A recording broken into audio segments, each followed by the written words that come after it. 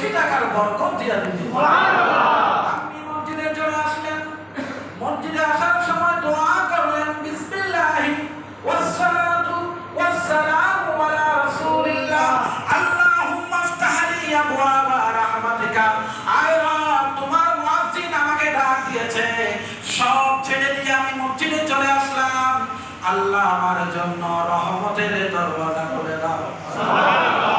নামাজটা শেষ করলেন, নামাজ শেষ করে আবার বেরিয়ে যাচ্ছেন, এবার আবার দোয়া করেন বিসমিল্লাহি ওয়াসসালাতু ওয়াসসালামু আলা রাসূলিল্লাহ আল্লাহুম্মা ইফতাহ লি আল্লাহুম্মা ইন্নী আসআলুকা মিন ফাদলিকা ওয়া সাহহিল লানা আবওয়াবা রিজকিকা।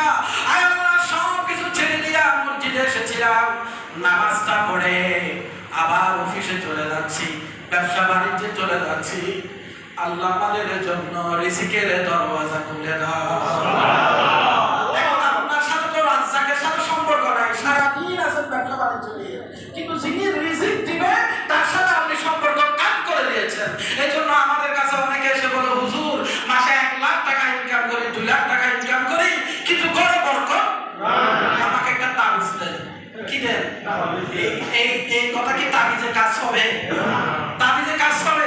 কিছু কিছু হুজুর আছে, ঠিক আছে আমার কাছে তাবিজ আছে, তিনি বলে একটা দেশি মুরগি নিয়ে আসবা, ছাগলের কিছু রক্ত নিয়ে আসবা, 5 কেজি দেশি কুবাস চাউল নিয়ে আসবা, একটা তাবিজ আমি তোমার এমন দেব, বরকত কারা বলে দেখবা।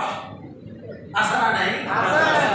এই বরকত তিনি দিয়েছেন, দেখে যে হুজুরের তাবিজের পরে আরো সমস্যা বাড়ে গেছে, আরো সমস্যা বেড়ে গেছে। আমার জাতীয় কবি নজরুল, আমার তো সময় নাই রে ভাই, 5-10 মিনিট একটু সময় দিবেন আপনারা, আমি তো মেহমান মানুষ, আপনাদের কাছে 10টা মিনিট সময় চাচ্ছি, দিতে পারবেন?